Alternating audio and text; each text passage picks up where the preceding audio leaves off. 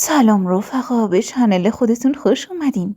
ممنون میشم قبل از شنیدن لایک و کامنت و شیر ویدیو رو فراموش نکنین. حالا با من بیایید روایت جدیدی رو بشنویم.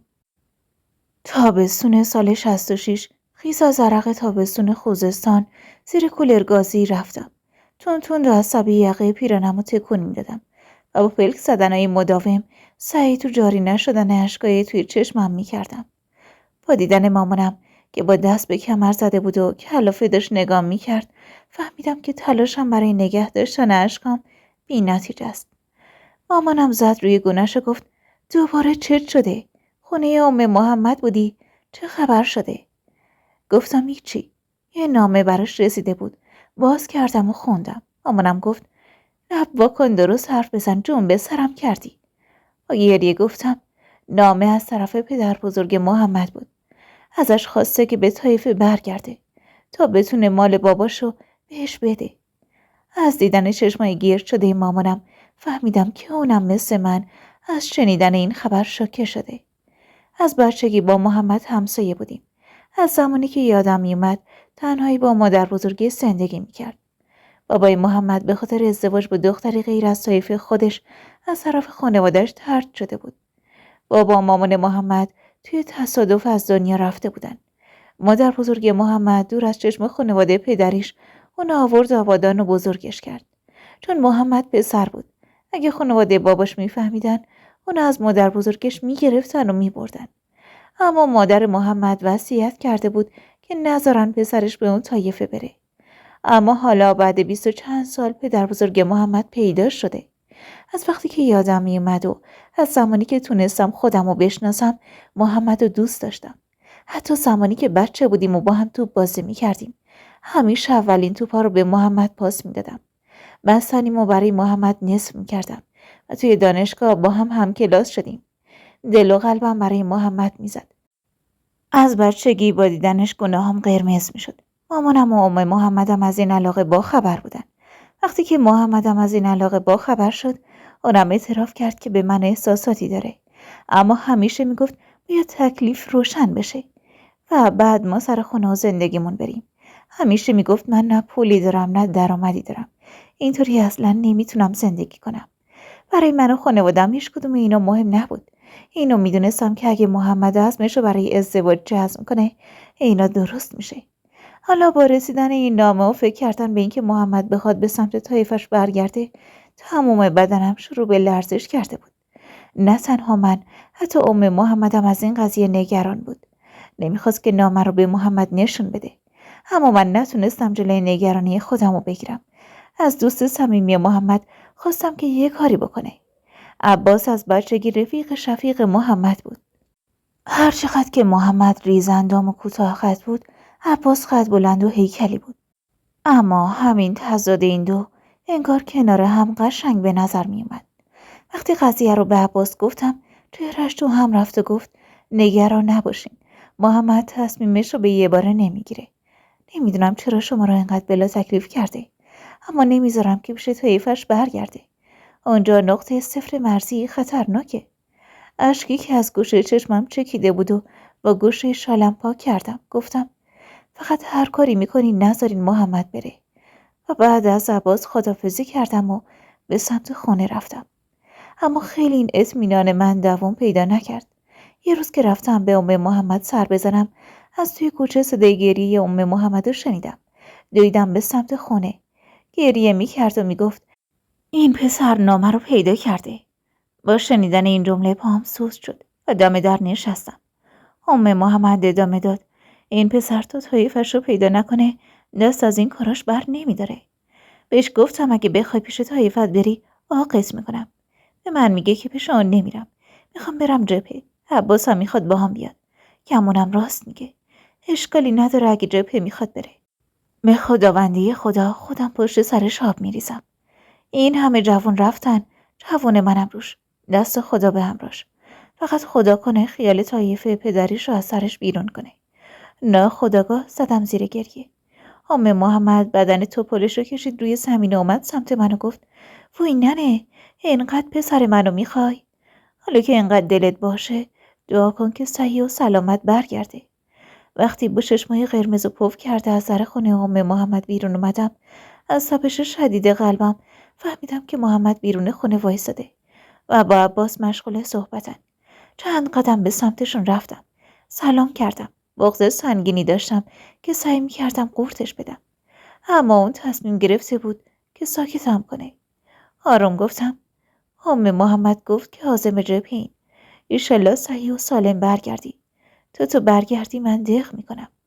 محمد که از شنیدن این حرف از زبان من شوکه شده بود و فکر نمی‌کرد که ام محمد اینقدر سریع بهم خبر بده، بدون اینکه چیزی بگه توی سکوت داشت منو تماشا میکرد. بیشتر از این اونجا موندن رو جایز نمیدیدم. از محمد و عباس خدافزی کردم و به راهم ادامه دادم. هنوز خیلی دور نشده بودم که صدای عباس و محمد و پشت سرم میشنیدم.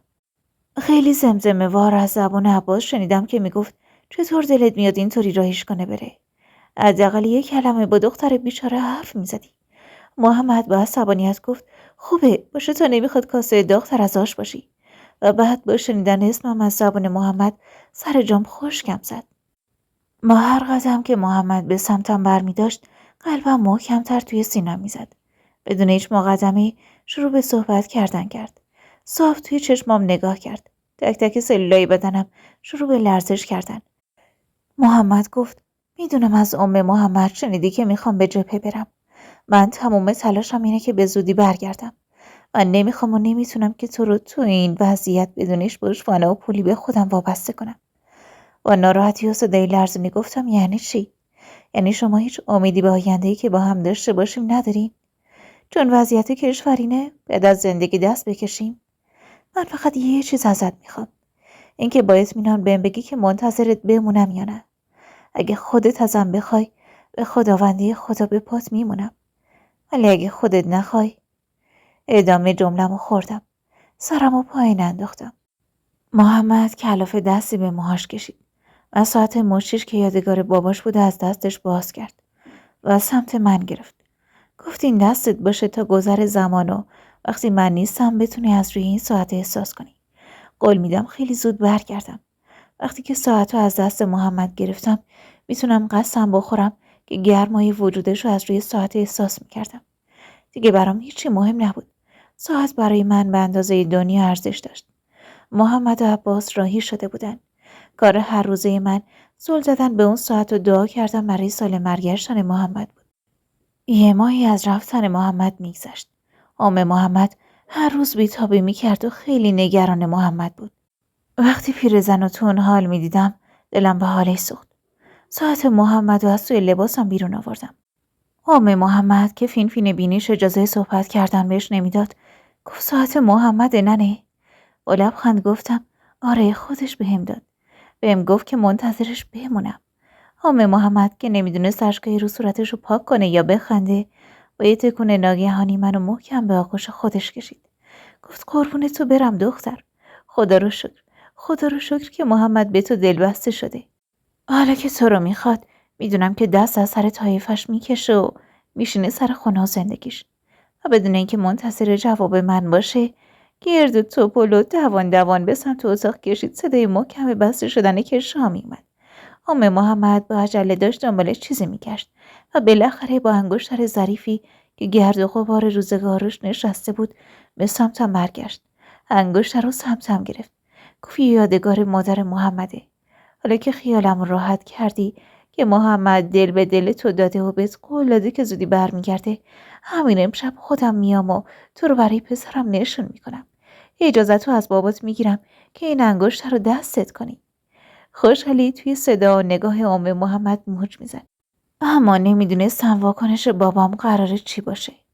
وقتی که به خونه رفتم مامانم از روی چهره خوشحالم دائم ازم میپرسید که خبرایی شده و تو به من نمیگی. اما ترسیدم به مامانم چیزی بگم. البته محمدم طاقتش نگرفته بود تا صبر کنه شب شه. غروب صدای زنگ خونه به صدا در اومد. بابا مامانم با احترام محمد رو به خونه آوردن. وقتی که محمد خواستش رو خیلی واضح و صریح با بابام در میون گذاشت نگاه سنگین مامانم روی خودم میتونستم حس کنم. بابام گفت محمد از تو بهتر که توی این محل ما نداریم. محمدم که از بچگی من خودم میشناختم. پسر مقبولیه. ولی اجازه بده محمد خودش بیاد. پسر تو اصلا پا توی خونه من نذاشته. به من حق بده که شک داشته باشم که آیا محمد دختر منو میخواد یا نه. محمد گفت میخواد، خوبم میخواد. به خدا اگه مطمئن نبودم که محمد دلش گیر دخترته پا توی این خونه نمیذاشتم. تو رو خدا بذار من پیرزن دل خوش کنم به اینکه دختر عروس خونمه.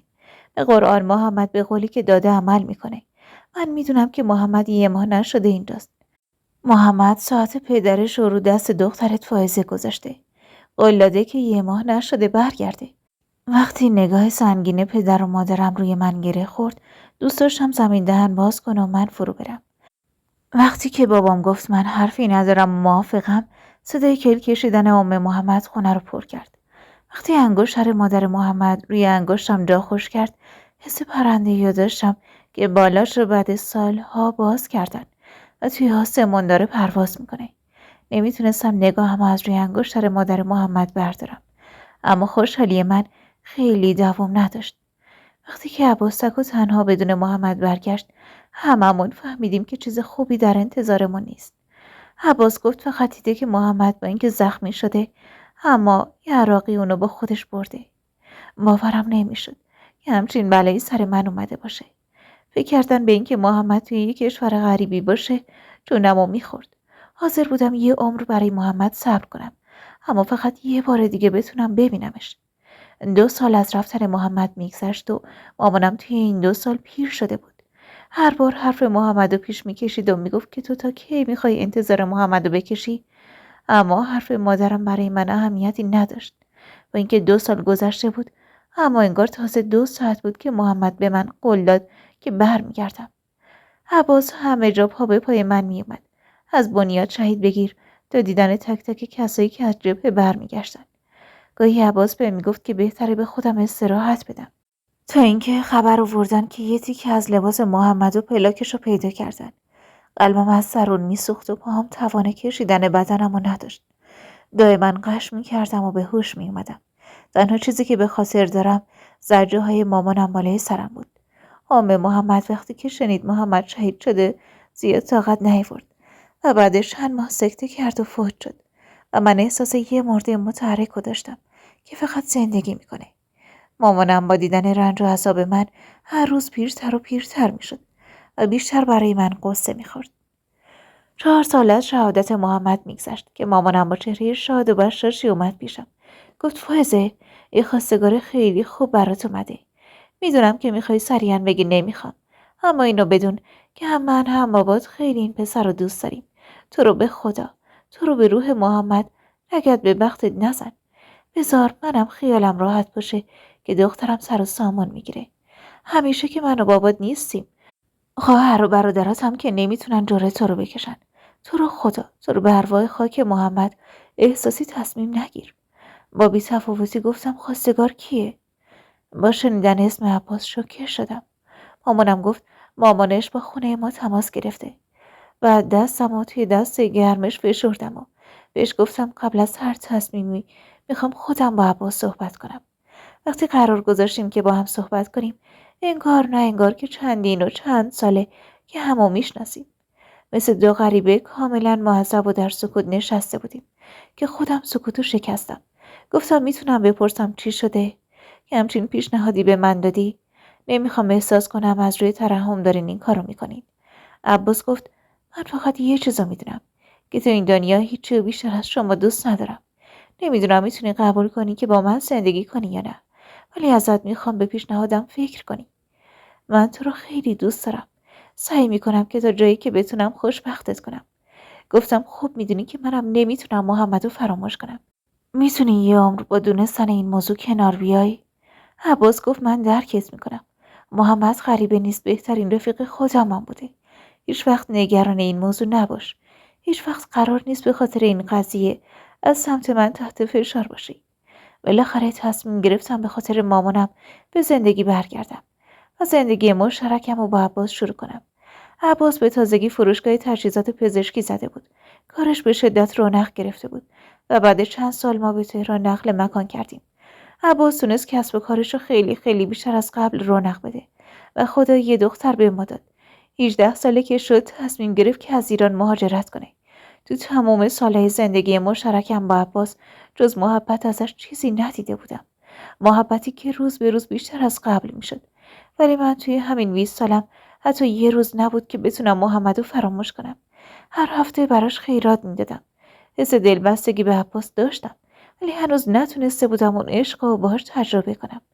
اونم توقعی بیشتر از بودن و وجود من نداشت، اما خودش بی‌منت به من عشق می‌ورزید. خواهر کوچیکم تازه ازدواج کرده بود. شوهرش مرد عراقی بود که تو دانشگاه باش آشنا شده بود و بعد از ازدواج به عراق رفته بود. یه روز عباس گفت برات بلیط گرفتم که به عراق بری. با تعجب گفتم کجا برم؟ عباس خنده‌ای کرد و گفت چی بگم والا، مثل اینکه خواهر کوچولوتون بیار شما رو کرده. عدنان زنگ زد و از من اجازه خواست که تو رو چند روزی پیششون بفرستم.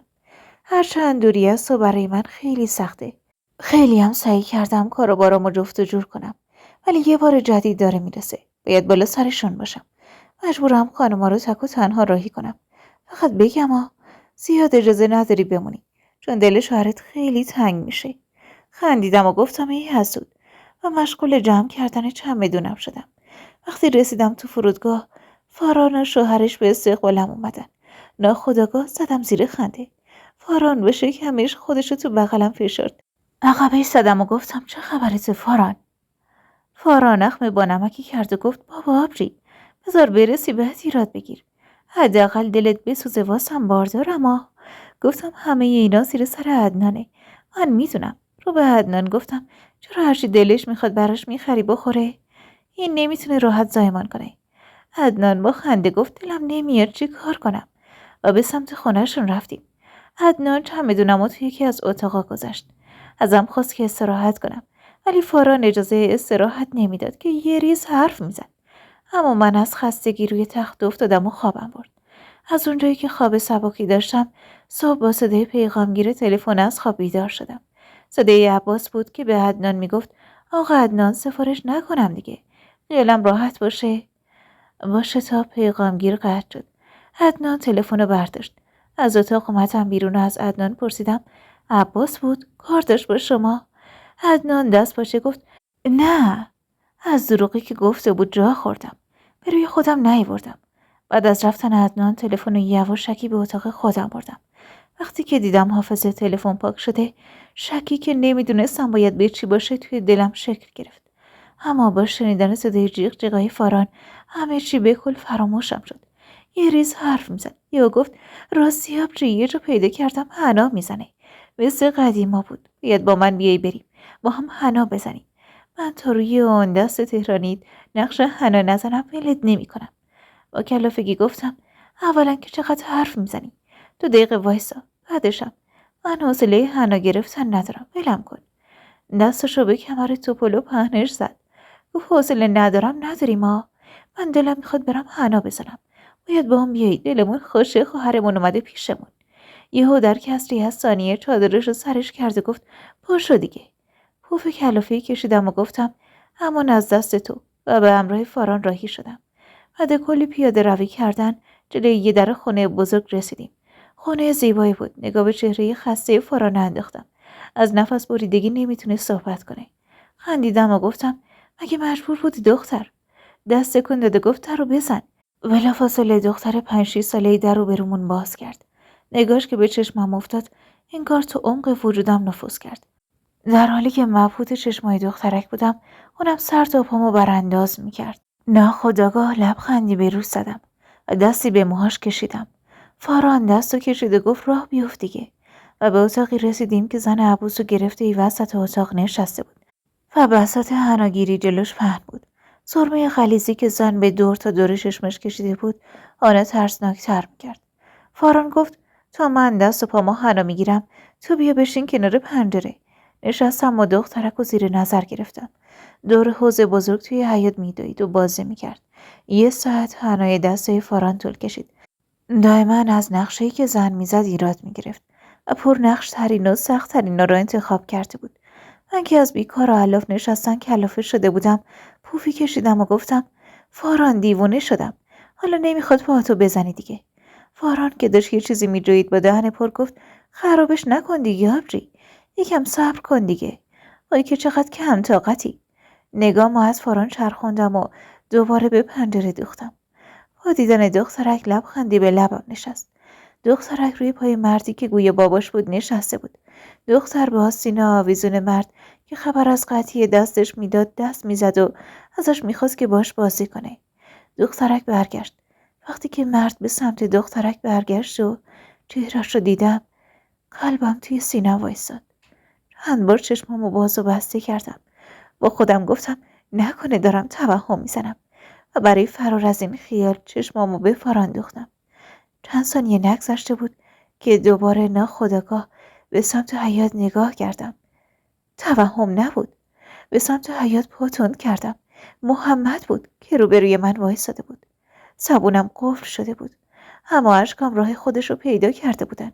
تنها چیزی که خیلی نامفهوم و بریده از گلوم بیرون اومد کلمه محمد بود و بعد صدای برخورد کردن بدنم با کاشیه سرد و سخت زمین. احساس کردم وقتی که شدت و خنکی آبی که به صورتم پاشیده میشد و حس کردم چشمامو باز کردم. احساس کردم که خواب میدیدم، اما چشم که دورم چرخوندم فهمیدم کجام. متوجه شدم که هیچ کدوم از چیزایی که دیدم خواب نبوده. وقتی با عجله از روی پای فاران بلند شدم، اول از همه چشمایی از عصبانی زن حناگی رو دیدم و محمد که میخواست از در خونه بره بیرون. با صدای بلند گفتم محمد کجا؟ منو یادت میاد؟ این همه سال کجا بودی؟ میخوای منو همینطوری بعد این همه سال ول کنی و بری؟ من تازه مهمون خونت شدم. چقدر خوشحالم که زنده ای. محمد بدون هیچ حرفی به سمت کوچه راه افتاد. با تمام توانی که داشتم پشت سرش دویدم. میگفتم محمد صبر کن، میخوام باهات حرف بزنم. وقتی که محمد دید نمیتونه از دست من فرار کنه به سمتم برگشت. گفت از جون من چی میخوای؟ بلند آروم و دلجویانه گفتم من فکر میکردم تو شهید شدی. خدا میدونه این همه سال یه روزم بدون فکر کردن به تو نگذشته. چرا بر نگشتی ایران؟ چرا من از خودت میرونی؟ محمد گفت تو برو با شوهرت تو سفرهای خارجی و ماشین خارجی عشق و حال کن. منو میخوای چیکار؟ میخوای همه چی بدونی؟ باشه، الان همه چی بهت میگم. من اینجا موندگار شدم. دستمو ببین، عفونت کرد. وقتی از درد بیهوش شده بودم فکر کرده بودن من مردم. منو یه گوشه پرت کرده بودن. بابا یه عمره منو تو صحرا پیدا کرده. باباش گوسفندچران بوده. وقتی که دیده بود دارم نفس میکشم منو به خونه خودش آورد. برام دکتر آورد تا منو نجات بده. 2 ماه تمام خودش و دخترش ازم پرستاری میکردن. عمره از جون و دل ازم پرستاری میکرد. اولین کاری که کردم بعد اینکه تونستم بشینم نوشتن نامه برای تو بود. فایز من نمیدونم عباس چیا به تو گفته، اما من و عباس اصلا تصمیم برای رفتن نداشتیم. من نداشتم البته، ولی عباس داشت. از همون بچگی همه عباس رو توی سر من میزدن. ببین درسش از تو بهتره، ببین از تو مؤدب‌تره، ببین از تو عاقل‌تره، ببین چه قد و قامتی داره، چه هیکلی داره. تو که ریزه موندی، تو که کوچیکی، تو که بچه‌ای. همه جا عباس جلوتر از من بود. درست رفیق بودیم، اما این غم و غصه‌ای که از بچگی توی مقایسه کردن من با عباس تو دلم کاشته بودن تا همیشه روی دلم بود. تا وقتی یواش یواش فهمیدم عباس یه دل نه 100 دل عاشق تو شده. منم تصمیم گرفتم که نذارم توی این یه مورد عباس از من جلو بزنه و اگه میتونستم تو رو به دست بیارم حداقل به دل خودم مدیون نمیموندم که عباس همه چیز ازم تصاحب کرده. جنس نگاه تو به خودم میتونستم ببینم، میتونستم بفهمم که دلت با منه و پا پیش گذاشتم. تصمیم گرفتم که تو رو برای خودم کنم. لذت میبردم از اینکه میدیدم تو این یه مورد عباس عاجزتر از منه. عباس وقتی که فهمید من و تو با هم در ارتباطیم از همون روزای اول بهم گفت اگه بهت علاقه ندارم اذیتت نکنم، ولی من واسه رقابت کردن با اون سمت تو اومدم و با هر بی‌محلی من به تو یه بحث جانانه با من میکرد. حتی اون روز که ساعتمو به تو دادم از دست گیر دادنه عباس بود. به من میگفت این دختر رو سر کار نذار یا تکلیفش رو معلوم کن. از وقتی نامه رو پیدا کرده بودم تصمیم گرفته بودم که برم و ارثی بابامو بگیرم. با عباس تصمیم گرفتیم به بهونه جبهه بریم سمت طایفم. وقتی رسیدیم اونجا اومدن و عموم ارثیه رو توی یک کیف سامسون جاساز کرده بود. کیفو داده بودم دست عباس. عباس جلوتر از من بود که من زخمی شدم و زمین افتادم. یه عراقی منو کشون برد. عباس هرچی دوید نتونست بهم برسه. بعد از اینکه تو خونه پدر عمره بهتر شدم برای عباس نامه نوشتم. ازش خواستم پولمو برام بفرسته و اینکه به تو خبر بده من زندم. اما عباس تفره میرفت از فرستادن پول و تو نامه گفت من و فائزه مال هم شدیم. عباس هم تو رو از من گرفتم ارسیم. هر حرف محمد زخم جدیدی و به قلبم میزد. از شدت شوک خندم گرفته بود. گفتم دروغ نگو، من باور نمیکنم. اینا همه داستانه که سر هم کردی تا منو دست به سر کنی و بفرستی برم. ولی محمد من نمیرم، من تازه پیدات کردم. محمد با عصبانیت سرشو چرخاند و گفت دیگه هیچ وقت نمیخوام ببینمت و رفت. روی زمین افتادم. از شدت غصه زجه میزدم. عمره با شتاب به سمتم اومد و با همون نخمی که از اول روی شهرش بود دستمو کشید و برد توی خونه و یه سری کاغذ پرت کرد جلوم. گفت بخون. گذر زمان روی کاغذ نامه ها مشهود بود. بازشون که کردم دست خط محمد و عباس رو شناختم. عمره تمام نامه ها رو نگه داشته بود. عباس با هر نامه که فرستاده بود نامه قبلی محمدم پس فرستاده بود. از توی نامه ها هم پول دوستی محمد مشهود بود، هم اصلا سراغ منو نگرفته بود. فقط خواسته بود عباس پولشو بفرسته. و عباس تو نامه بهش گفته بود فائزه خیلی ناراحته و منتظر تو گناه داره. هرچی بوده شده مهم نیست، برگرد. محمد گفته بود به تو ارتباطی نداره. من دیگه ایران چیزی ندارم.